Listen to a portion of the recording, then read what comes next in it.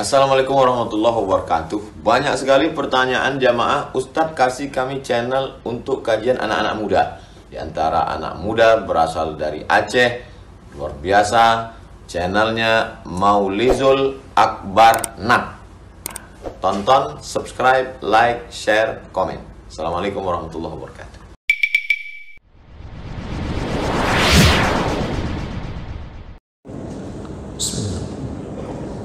Assalamualaikum warahmatullahi wabarakatuh.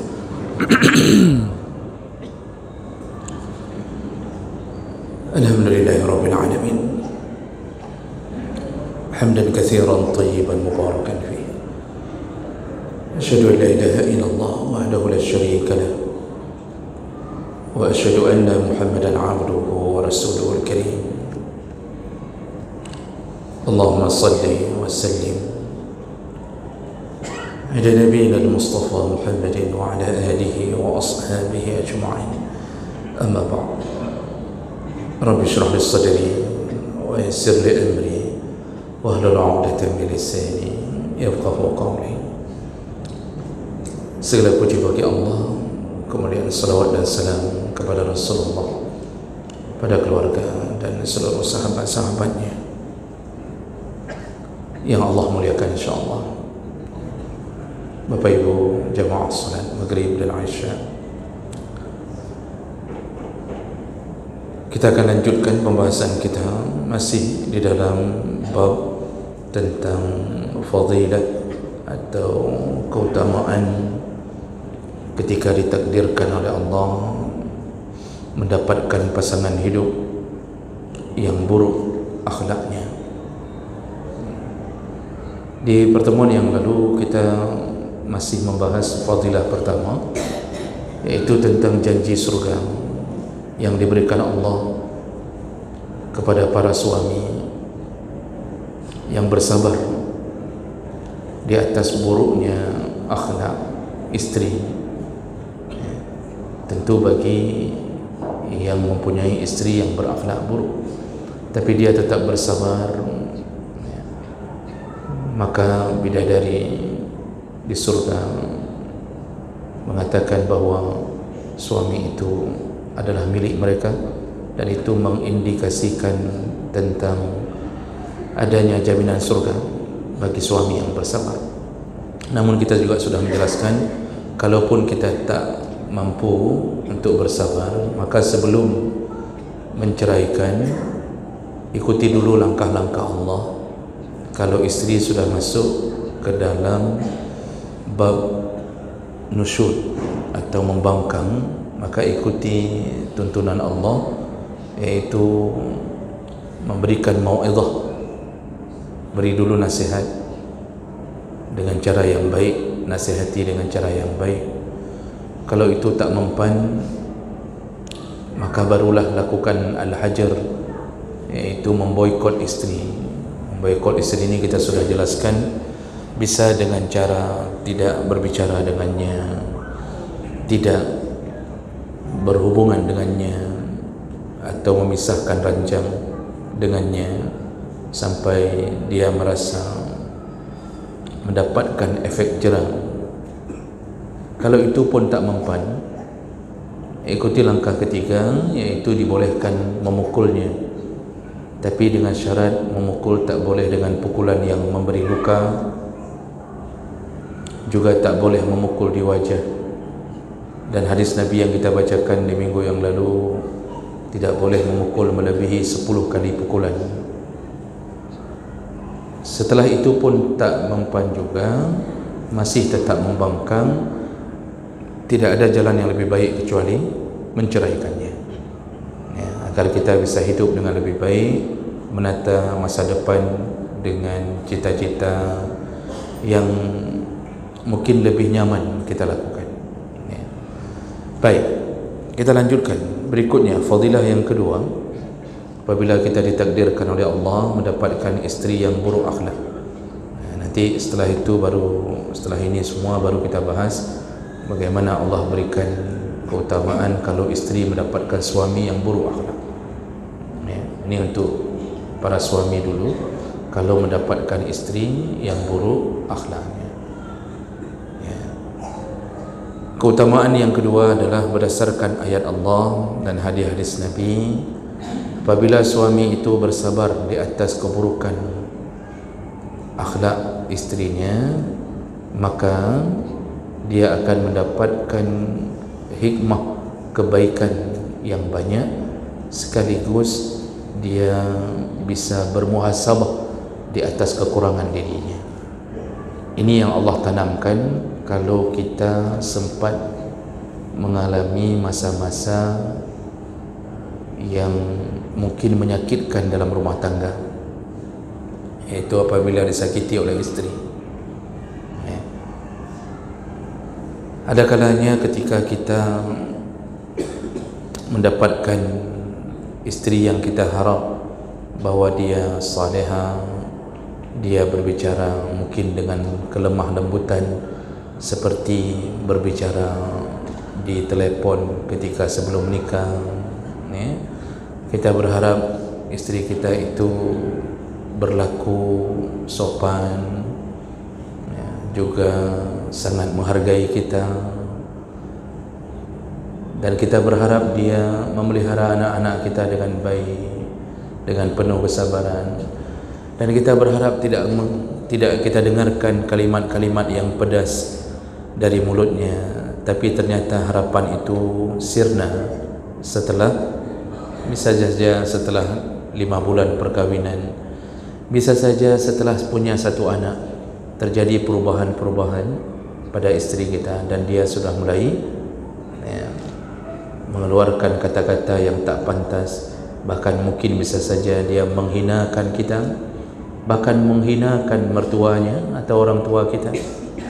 Kan sering kadang-kadang kita dengar kalimat idrone lagi mak idrone, kamu itu seperti mamamu. Jadi sudah bukan suami saja yang cacinya, tapi orang-orang tua suami pun dicacinya.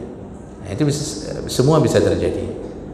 Kita sudah kabarkan minggu lalu, istri Nabi pun kadang-kadang Allah takdirkan ingin meninggikan derajat seorang Nabi, diberikan istri yang buruk akhlak. Istri Nabi Lut apa yang kurang? Yang memberitahukan malaikat datang ke rumah Nabi Lut yang tampan-tampan, yaitu Jibril, Mikail, Israfil, menjelma jadi manusia yang tampan-tampan, yang memberitahu bahwa di rumah itu ada laki-laki yang tampan kepada penduduk kaum Nabi Lut adalah istrinya. Istrinya yang membongkar dan memberitahu, padahal Nabi Lut menyimpan rahasia itu. Akhirnya istrinya pun dibenamkan oleh Allah bersama kaum yang durhaka. Nah, begitulah keadaan kita kadang-kadang mendapatkan sesuatu bukan seperti harapan kita.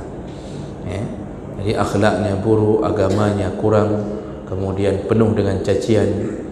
Apalagi kadang-kadang ada seorang perempuan yang berasal dari orang tua yang kurang agama, sehingga kuranglah pendidikan agamanya dari waktu kecil.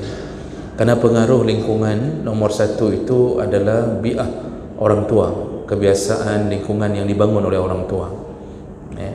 Kalau orang tua sering caci maki di rumah, maka semua anak-anak sering mendengarkan kalimat-kalimat indah, maka dia pun akan mengeluarkan kalimat-kalimat indah tersebut.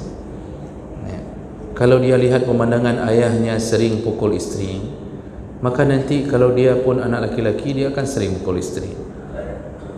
Kalau dia lihatnya mamaknya dulu sering melarikan diri ketika marah dengan ayahnya, jadi asal sudah marah, ini istri langsung melarikan diri, kadang-kadang dengan high ace, kadang-kadang dengan L300. Itu terserah dia, bukan urusan kita, Pak. Maka anak gadis ini pun kadang-kadang mengikutinya.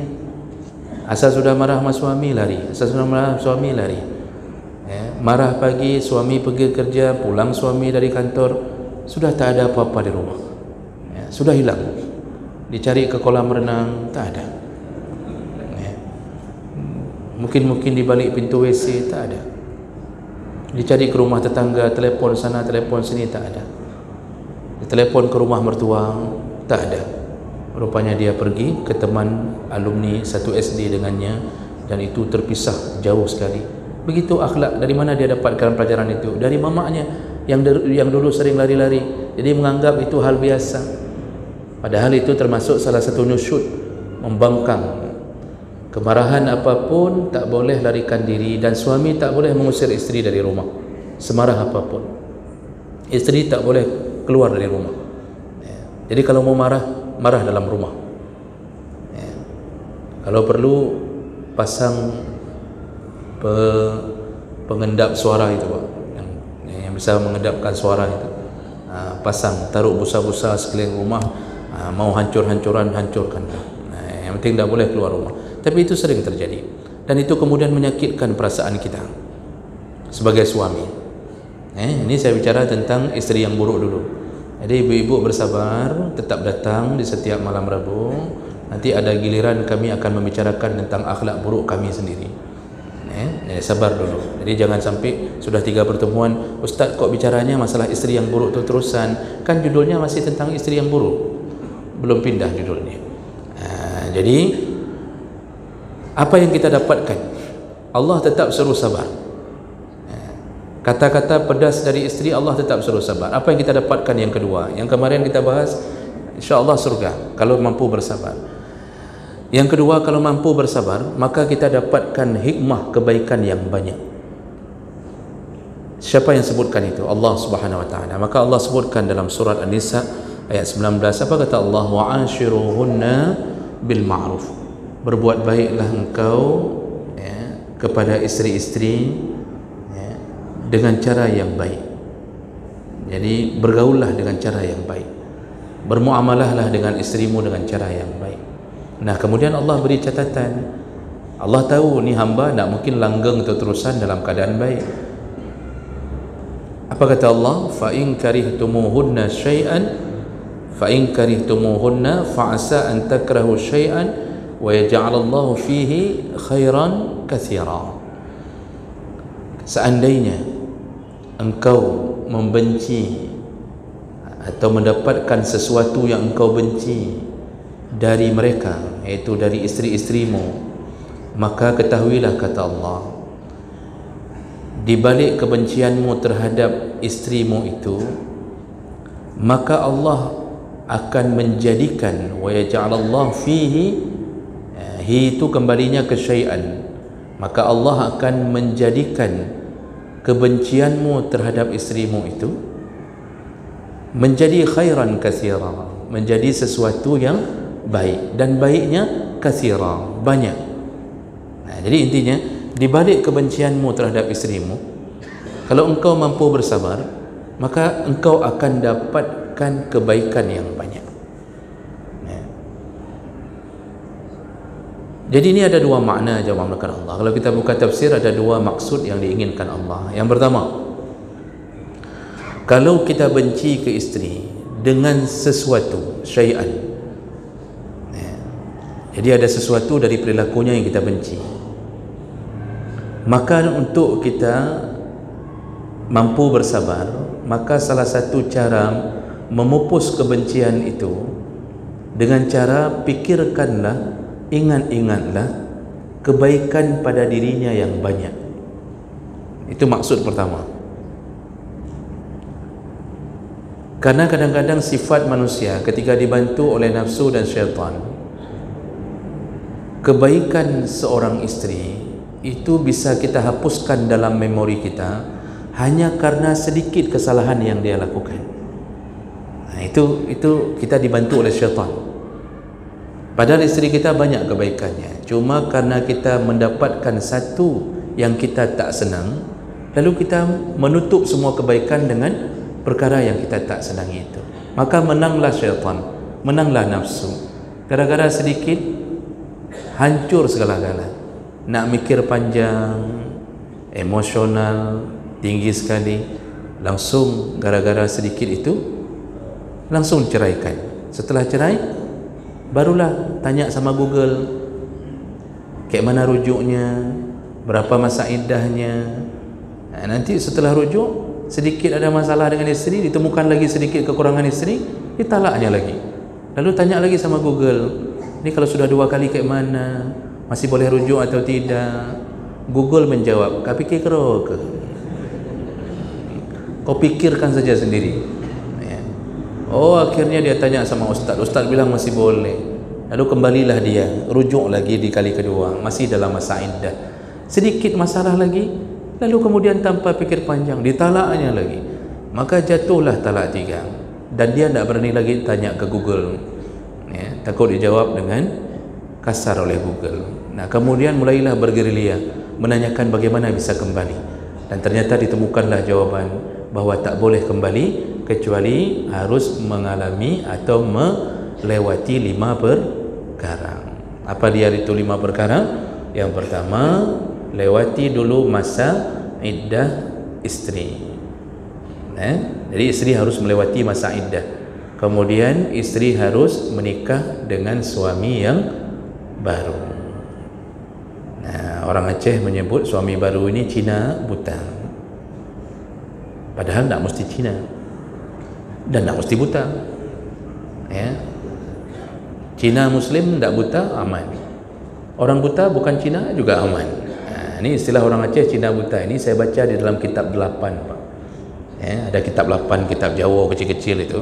Kenapa orang Aceh menyebut bahwa muhallil, ya, jadi yang melakukan sistem Cina buta ini muhallil dan muhallal lah, ya, harus ada suami baru. Itu orang Aceh menyebut Cina buta karena dulu pengalamannya ada seorang perempuan yang sudah ditalak 3, lalu kemudian suaminya ingin balik, lalu kemudian karena si perempuan harus melewati dulu tahap ini, yaitu kahwin dulu dengan suami baru, dan kebetulan tidak ada yang mau sama perempuan ini, ditemukanlah Cina yang buta. Ya. Akhirnya Cina buta ini yang mau kahwin sama perempuan ini. Itu yang disebutkan. Maka saya juga bingung kenapa disebut Cina buta. Ya. Masalahnya yang urusan nikah kita, yang talak kita, semua urusannya orang Islam. Kenapa bisa tiba-tiba muncul orang Cina di tengah-tengah urusan itu? Nah, kita ni kadang-kadang Masya Allah luar biasa tamsilan-tamsilan yang kita buat. Nah, jadi setelah tahap itu apa lagi? Wajib berhubungan suami istri. Jadi istri itu harus berhubungan dulu dengan suaminya. Kalau tidak berhubungan dengan suaminya lalu bercerai kembali dengan suami barunya tanpa melalui hubungan suami istri, hubungan biologis, tetap tak boleh balik ke suami yang lama. Tak boleh balik. Harus berhubungan dengan suami baru. Hatta tazuqa asilatahu wa yazuqu asilataha. Nah, itu bahasa Nabi, sampai istri mencicipi madu dari suami barunya dan suami baru mencicipi madu dari istri barunya, istri yang ditalak ini. Jadi harus berhubungan secara biologis. Dan kalau itu tak terjadi, bercerai dengan suami baru, tetap tidak boleh balik dengan suami lama. Kenapa Allah buat begitu hukumannya? Supaya memberi efek jera kepada suami, jangan suka-suka menceraikan istri. Ini baca-baca cerai, baca-baca cerai. Asal ada masalah, ku ceraikan. Jadi ini memberi efek jera. Kalaupun dia kembali ke kita, ternyata sudah menjadi istri yang pernah disentuh oleh orang lain. Ini hukuman dari Allah. Nah, kemudian perkara keempat yang harus dilewati, dia harus bercerai dengan suami barunya dengan keikhlasan, bukan diatur oleh suami lamanya. Jadi tidak boleh sewa-sewa orang. Nah, itulah yang dilaknat oleh Nabi, menyewa-nyewa orang. Dia kita sewa, kamu tolong nikah sama istri saya. Ya, ini uang sekitar 300 triliun. Paling nanti kena hukuman cuma 6 tahun saja, aman itu. Pokoknya kamu bisa hidup setelah itu nyempak peng katanya. Begitu. Nah, jadi harus bercerai dengan keikhlasan. Oh, ada istri yang tidak mau bercerai lagi dari suami barunya. Ya sudah, kita tidak bisa masuk. Mungkin dia mendapatkan suami barunya lebih baik daripada suami lamanya. Dia tidak mau bercerai lagi. Apa boleh buat? Duduklah kita di bawah kompor merenungkan nasib hidup kita. Dan yang kelima, harus melewati masa iddah dengan suami baru. 5 perkara dilewati, baru boleh balik ke suami lama. Kalau tidak lewat 5 perkara ini, tak boleh lagi berhubungan dengan suami lamanya. Begitulah akibat kita tak sabar. Maka disuruh sabar. Kalau kita sabar, yang kita dapatkan pertama, yaitu tadi kita sebutkan, supaya bisa sabar, lihat-lihatlah, ingat-ingatlah kebaikan istri yang banyak.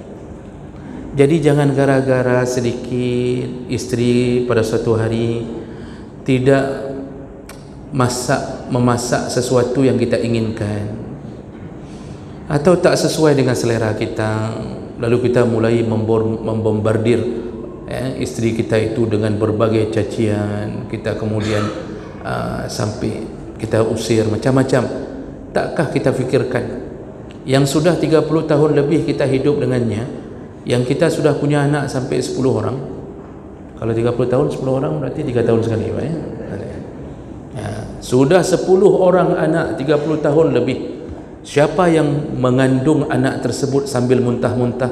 Itu dipikirkan waktu sedang marah, istri tidak enak masakan. Tidak enak masakan. Jadi jangan gara-gara tidak enak masakan nikah cik anjir kebut kah indang ana mu'ahban ke kamruno masak macam model kita keluarkan kalimat, Pak. Yang tak ngerti mohon nanti sewa penerjemah. Jadi jangan sampai kita merepet untuk isteri kita, engkau tak bisa ini, tak bisa itu. Sudah puluhan tahun masak nasi bisa jadi bubur. Jadi ini hal-hal begini hindari, cuba pikirkan. Jadi duduk dulu, kalau terjadi kesalahan duduk dulu. Fakir, kata orang Arab, fakir qabla an ta'zima. Pikirkan baik-baik sebelum engkau mengambil tindakan. Jadi suami itu banyak-banyak disuruh mikir. Ada sesuatu yang tidak menyenangkan di hatinya, pikirkanlah dia. 10 kali dia mengandung anak kita, dia yang menahan diri dalam kesengsaraan membawa anak, tetap belanja. Perut semakin membesar, tetap belanja. Bapak, kalau istri hamil yang belanja siapa? Istri atau suami? Tetap istri, Pak. Ini pengalaman pribadi, Pak, nih. Istri nggak ada yang mengatakan, bang, ini udah tak sanggup lagi, ini udah 6 bulan, abang aja lah yang belanja. Kata si suami, hai, kau belanja likah juga, belanja aja, terus apa masalahnya? Itu kan tidak ada masalah, itu kan tidak terlalu berat. Oh, istri, Pak, dengan motor tu, masya Allah, masuk ke lubang, kemudian keluar dari lubang tersebut dalam keadaan hamil. Dia bawa ikan, Pak, dia sangkutnya di atas motor, baru dia balik lagi, dia beli sayur, beli telur. Begitu dia balik, ikannya sudah tak ada. Akhirnya dia sangkut sayur, dia balik lagi, ternyata dia balik, sayurnya sudah tak ada. Begitulah terus dia berjuang sampai 9 bulan, muntah terus-terusan. Itu disuruh duduk, suruh mikir. Kita yang laki ni, suami-suami ini, waktu isteri melakukan seperti itu, mendapatkan kenyataan seperti itu, waktu dia muntah-muntah, kita apa andalan kita, Pak? Kan cuma afidson, balsam. Kita ambil balsam, ini kan kita gosok di pundaknya, di lehernya, kita bilang sabar ya dek, sabar ya dek. Dalam hati istri, sabar nikah, mangat anak akan melahirkan, anak kamu menikah. Jadi kan cuma itu. Lalu kemudian detik-detik melahirkan, pernahkah kita terfikirkan menggadaikan nyawa? Seorang bidan pun tak sanggup mikir, Pak. Kan bidan cuma andalannya tarik lepas, cuma gitu-gitu saja, tahan. Kemudian sekarang coba dikeluarkan, begitu-begitu saja. Yang nahan derita siapa? Istri. Suami di mana? Bahkan ada suami yang 10 kali melahirkan istrinya, bukan suami melahirkan istrinya maksudnya, 10 kali istrinya melahirkan, tidak 1 kali pun dilihatnya. Maka sebenarnya kita para suami kan disuruh lihat. Ketika lahir anak itu disuruh lihat dengan kubangan darah. Jadi jangan hanya terima duduk di pintu, nanti tanya sama bidan, udah lahir? Kata si bidan, udah, Pak. Apa anaknya? Bencong, Pak, katanya. Di situ kan hancur hidup kita. Jadi jangan begitu pula kan, maksudnya disuruh lihat, Pak, agar tertanam di hati begitu hebatnya penderitaan istri. Berkubang darah 40 hari terus, kemudian disuruh pakai gurita, Pak. Disuruh ambil batu, dipanaskan batu, ditaruh di bawah kursi untuk dipanaskan perutnya. Kita kalau sempat ditaruh-taruhnya, tertipak dengan batai, tertipak. Kalau sempat kita yang melahirkan, Pak, taruh batu-batu panas untuk mengecilkan perut kembali. Masya Allah, tak mau kita lakukan itu. Maka waktu mendapatkan kenyataan istri ada sedikit kekurangan, disuruh duduk, pikirkan kebaikan-kebaikannya. Selama ini yang memasak untuk kita cuma baru sekali dia salah masak. Yang menyiapkan minuman ketika kita pulang dia juga. Yang menaruh obat kurap waktu kita mau tidur siapa? Anak apa isteri? Bapak ngaku aja yang betul-betul. Isteri Pak, kita tak suruh taruh obat kurap sama anak Pak. Pasti kita panggil isteri, kita panggil kalau orang kecil kita panggilnya. Kejap kena oleh sini dulu, kau duduk ubat kurap dia si anyong kan. Sama isteri, anak tak berani kita suruh Pak. Ketika kita lelah, kita suruh urut kepala, isteri yang urut. Kita haus di tengah malam, kita malas bangun, isteri yang kita suruh. Kita mau buat jus apa saja, isteri yang kita suruh. Kita mau buat apa saja, indomie, martabak, isteri yang kita suruh. Waktu kita sakit, siapa yang tidur di atas tikar di samping kita Pak? Anak atau isteri kita? Isteri duluan. Kalau isteri tak bisa, baru kemudian anak. Anak pun mengatakan, ayah, ni nak mungkin ni skripsi belum selesai. Kalau adik tidur tu terusan di sini, kayak mana mau selesai ni? Kita sewa aja orang Pak. Itu. Kalau isteri tak akan dia mengatakan itu. Dia duduk, dia tidur di atas tikar. Kita tidur di kasut. Seharusnya kan dia di kasut, kita di tikar. Tapi tidak. Lihatlah kesetiaan isteri. Berkali-kali masuk rumah sakit, tetap dia yang bersama. Paling orang tua kita nelpon kayak mana nak, udah kurang nak, tipesnya udah lumayan, cuma itu ini kami doakan supaya cepat sembuh ya nak. Yang menahan muntah, mengeluarkan isi pampers, yang kemudian menemani kita kencing, pikirkanlah istri. Maka Allah mengatakan, wa ja'alallahu fihi khairan katsira. Kalau engkau sedang menemukan kebencian kepada istrimu, pikirkanlah kebaikannya yang banyak. Itu maksud pertama. Ini pelajaran untuk kita semua, untuk kita semua, untuk saya, untuk bapak-bapak. Nah, tapi saya yakin bapak-bapak di sini itu memang sudah melakukan hal seperti ini. Artinya pasti orang soleh itu pasti mikirnya yang baik-baik. Mudah-mudahan begitu. Itu maksud pertama. Maksud kedua, wa ja'alallahu fihi khairan katsira. Maksudnya di balik kebencian kita terhadap isteri, waktu dia sahut kita, sakit hati kita, waktu dia merepet ke kita, luka perasaan kita, maka maksud yang kedua adalah Allah akan buat di balik itu kebaikan yang banyak. Untuk siapa? Untuk kita dan keluarga. Apa maksudnya Pak? Ini para ulama yang menuliskan tafsir ini, dan saya ambil ringkasannya. Ada kalanya kita dulu sebelum isteri marah-marah untuk kita Pak, ini kita menemukan kan isteri yang kemungkinan tadi ceritanya akhlaknya agak buruk, suka merepet, marah segala macam kan. Ketika kita menemukan hal seperti itu, semenjak kita dimarahinya, maka mulailah kita melatih diri untuk menimbulkan sifat sabar. Dulu kita tidak terlatih sifat sabar itu karena tidak ada tantangan. Orang baru disebut sabar kalau dia mendapatkan tantangan, teruji, baru disebut sabar. Dulu kita mungkin bukan tipe orang bersabar, tapi karena kita menganggap tadi bahwa ini ada kebaikan-kebaikan dari isteri, lalu kita akhirnya tidak ceraikan. Kita terima dia merepet, kita terima. Paling kita tampung di telinga, lalu kita keluar, kita buang di tong sampah, lalu kemudian besoknya merepet lagi. Maka yang kita dapatkan adalah kita telah melatih diri kita dengan kesabaran. Jadi perasaan itu terus kita pupuk, sabar, kita urut-urut dada, sabar. Nah di saat itu Pak, kita akhirnya menjadi penyabar. Dan tidak ada nikmat, tidak ada anugerah yang lebih hebat Allah beri kecuali sifat sabar. Dan kita tahu diri, kita mungkin pas kita dimarahi oleh istri, karena kita penyabar sudah berkali-kali, kita akan mengatakan ke orang, alah, saya tidak anggap lagi, yalah itu sekecil kali, biarin aja lah dia merepet lah, saya tidak anggap lagi. Itu udah mulai itu, kita tidak lagi menyahutinya. Lalu kemudian kita pergi kan Pak, duduk di kedai kopi, kita makan nasi gurih, kita pesan kopi, kita duduk kan, lalu kemudian kita tidak pulang-pulang menunggu istri reda.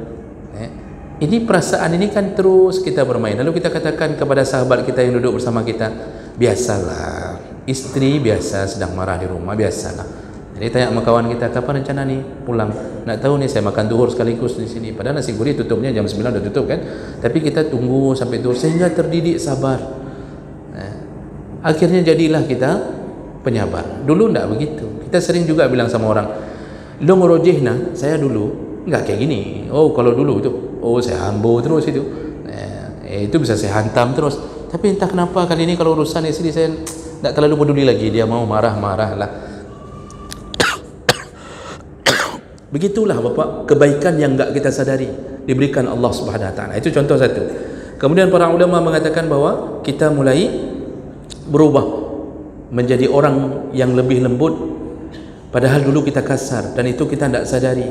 Semenjak mendapatkan isteri yang ternyata kasar, akhirnya kita mengalah terus-terusan, berubahlah kita pula yang kemudian menjadi orang yang lembut hati.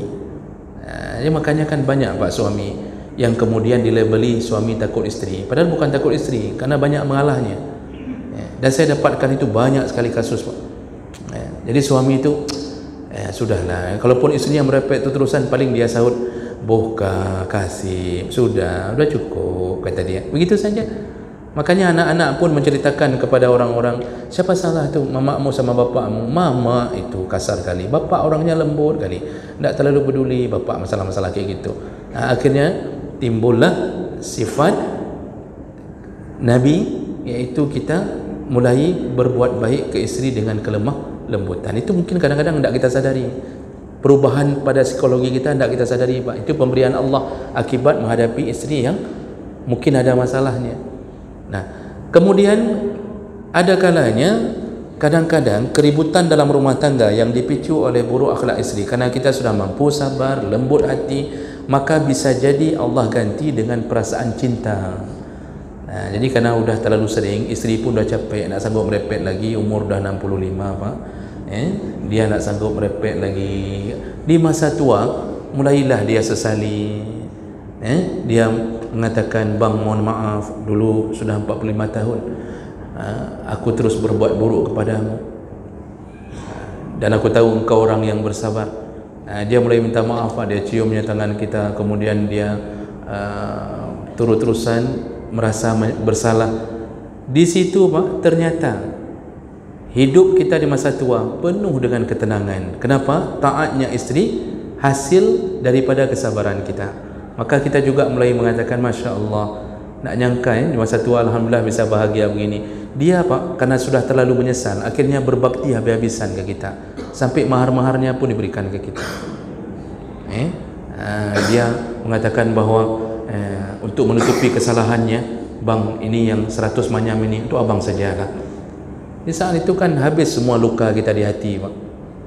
Lalu dibawalah ke meja judi online. Ini suami kurang ajar nih Pak. Jadi jemaah melakukan Allah Subhanahu Wa Taala, kita tidak sadari. Kan banyak kita Pak ni yang sudah kita berumur ni, kan kita kadang-kadang dulu 5 tahun pertama kan itu memang di atas ring pertikaian selalu, karena 5 tahun pertama itu masa-masa pemanasan kan Pak. Tapi kita tidak sadar, begitu kita beranjak ke umur 40 tahun ke atas, 50 tahun, kok semuanya tiba-tiba berubah. Di saat isteri sudah mulai taat di atas kesalahannya, bertambahlah cinta.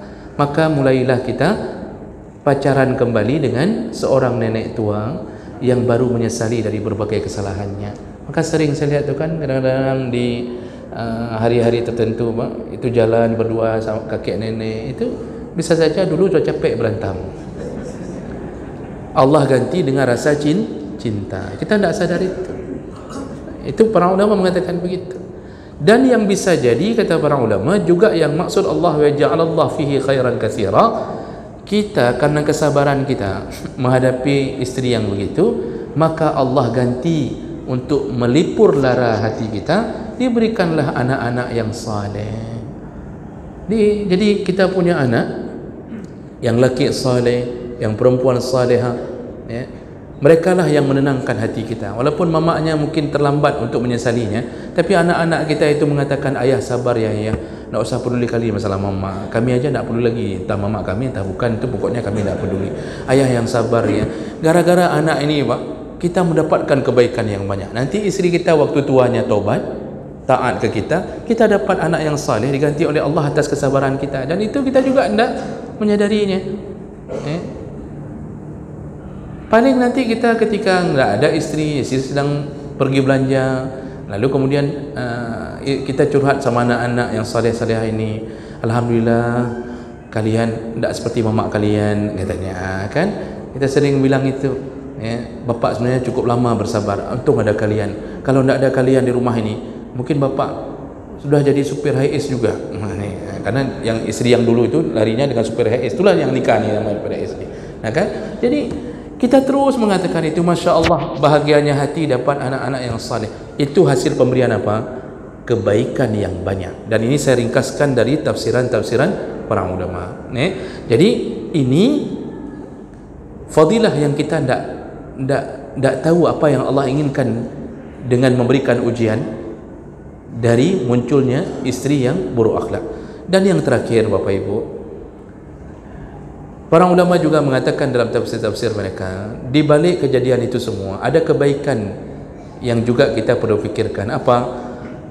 Ketika mendapatkan istri yang buruk akhlaknya, pedas kalimat-kalimatnya, kita bisa jadi di situ diajak oleh Allah berfikir tentang keburukan kita sendiri.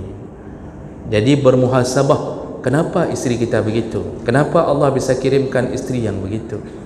Disitulah kita disuruh bermuhasabah, apa salah saya? Makanya ulama-ulama dulu pun itu sering Pak juga kejadian, dia ulama alim tapi mendapatkan istri yang buruk, juga sering kejadian itu. Salah satu kejadian pada Syekh Abu Muhammad Al-Qayrawani. Jadi diceritakan bahawa ini disebutkan oleh Ibnu Arabi, ceritakan kepada Abul Qasim As-Suyuri, Abu Bakar bin Abdul Rahman. Jadi cerita singkatnya bahawa itu seorang ulama, Abu Muhammad Al-Qayrawani ini, itu mengetahui dia mendapatkan istri yang buruk akhlaknya. Kanat lahu zaujatun sayi'atul 'ashra, buruk sekali akhlak istri. Lalu kemudian ketika dia ditanya tentang keadaan kenapa dia bersabar terhadap istrinya itu, maka dia mengatakan bahawa aku mendapatkan hal seperti itu. Mungkin, ini saya terbacakan terjemah saja, mungkin sikap jelek istriku itu adalah hukuman Allah atas kekurangan agamaku. Aku takut kalau ku ceraikan, maka aku akan mendapatkan ujian yang lebih berat daripada itu. Ini dalam kitab Ahkamul Quran. Makanya kita juga kalau diberikan Allah istri yang buruk, dia suruh mikir-mikir, kok bisa? Apa salah kita? Mungkin kita solat kita tak benar, mungkin kita pun punya akhlak yang buruk. Gara-gara itu semualah akhirnya kita pun taubat, istri taubat, dapat anak-anak saleh, maka nikmatilah surga walaupun di dunia berbagai ujian kita rasakan. Nah, inilah fadilah yang kita dapatkan dari seorang suami yang diberikan istri yang buruk, dan itu perlu ilmu untuk memikirkan itu. Baik, karena waktu sudah sampai waktu untuk azan, maka kita cukupkan. InsyaAllah kita sambung kembali di pertemuan yang akan datang. Subhanakallahumma bihamdik, asyhadu an la ilaha illa anta, astaghfiruka wa atubu ilaik. Wassalamualaikum warahmatullahi wabarakatuh.